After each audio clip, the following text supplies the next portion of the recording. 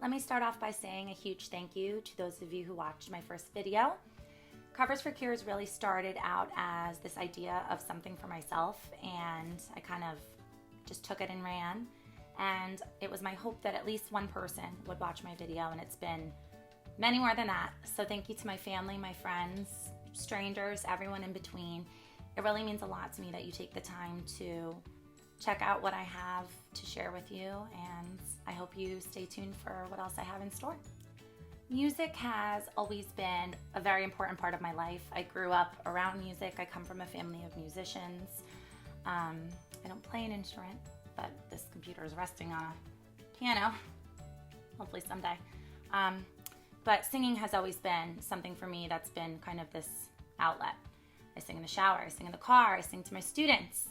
I used to write songs when I was a child, and for me, it was kind of like my escape when I felt that things around me were chaotic. I could go into my room, I could play music, and I could sing, and everything would just kind of melt away. So from the time that I was a little girl till up until now, I've always kind of turned to music for therapeutic reasons, whether I'm happy or sad. And I knew that the impact could be so much more than that. It doesn't just impact myself, but many other people experience music the same way that I do. So for years now, I've always had this dream of having a YouTube channel and just to strictly pursue my love of music. Now, I know some people probably watched my first video and said, what is she doing? Her voice is good enough for a karaoke bar and that's about it. But the reason I started this YouTube channel is not for attention to bleh.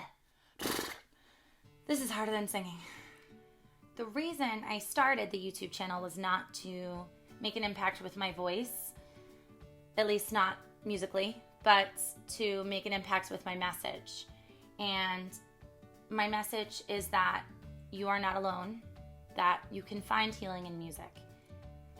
It's my hope that I can bring my voice to educate the misinformed, to inspire those that are suffering, those of you that are out there that are hurting, that I could help at least one person. It is not my intention or my purpose of Covers for Cures is not to try to get famous, although Ellen DeGeneres, if you stumble upon this, I love your work.